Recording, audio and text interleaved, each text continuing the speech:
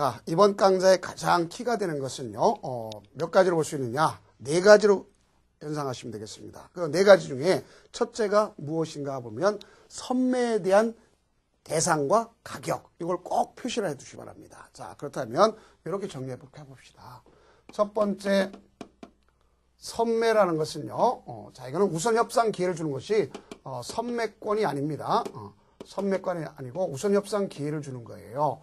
그러면 여기에서 본다면 대상은 소유권만 대상이 된다 하는 것 꼭 명심해 두시기 바랍니다. 뭐만 대상이 된다? 소유권. 그래서 허가 신청이 소유권의 대상이 되는 거고, 자, 이거는 허가 신청이 됐을 때 그 대상에 있는 소유권에 대해서 어떤 경우냐?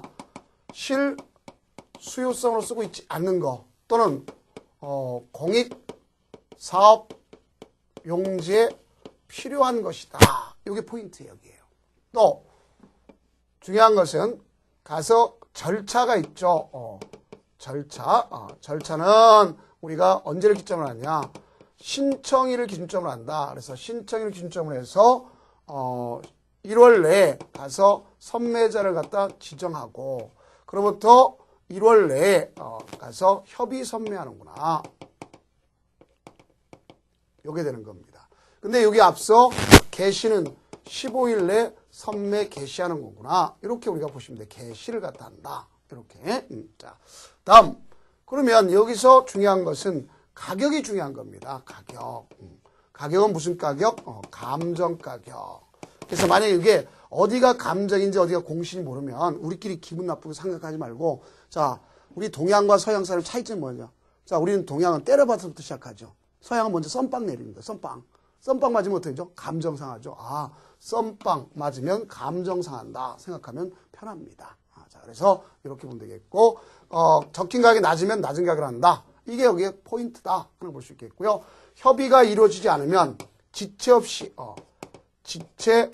없이 허가 또는 뭐 한다? 불허가 처분한다. 이걸 잘 하시면 되겠고, 다음 두 번째는 타인 토지 출입할 때 단순히 출입할 때는 며칠 전?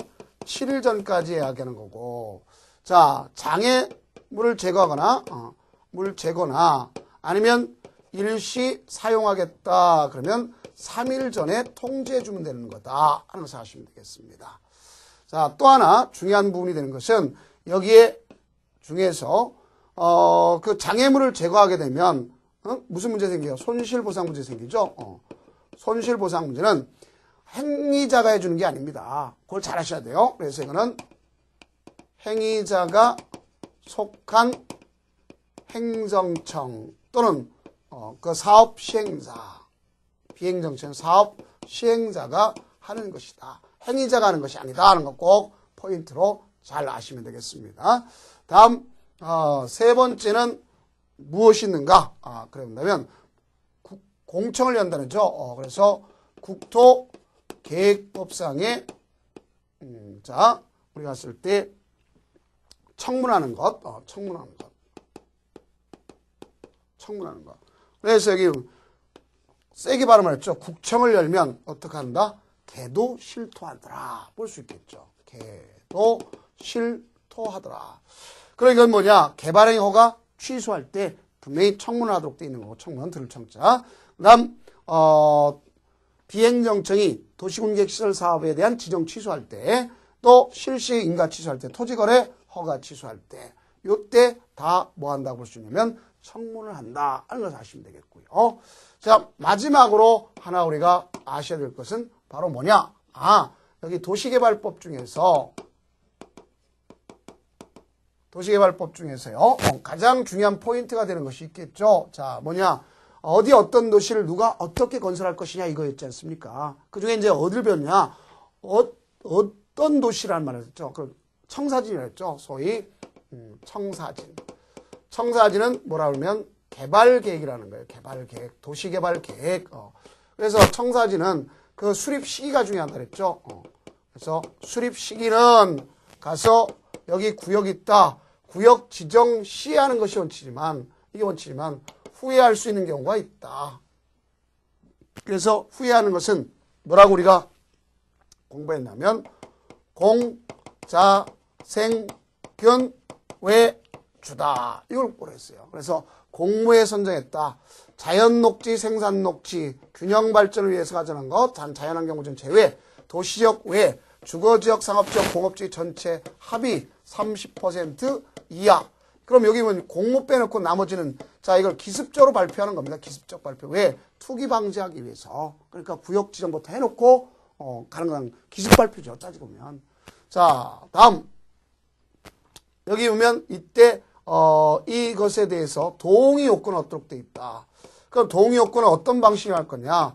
자 환지 방식의 경우에 하는 것이다 하는 것을 알았어요. 환지 방식. 그럼 환지 방식을 할 때는 가서 원주민을 두고 하니까 그들 의사를 충분히 들어봐야 될 거죠. 어차피 그 사람이 사업할 것이 원칙이니까.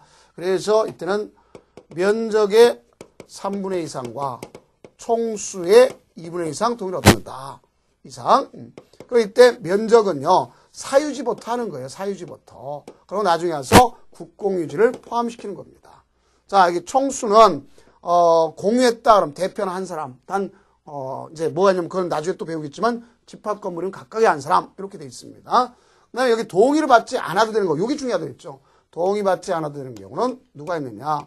국가가 있겠고 지방자치단체가 있구나. 이걸 볼 수 있습니다. 또 여기 보면 그 포함될 때 이 개발계획이라는 자체는 구역 지정 후 아까는 개발계획 수립식이고 이거는 구역 지정 후 포함될 내용 포함 내용 몇 개 있다?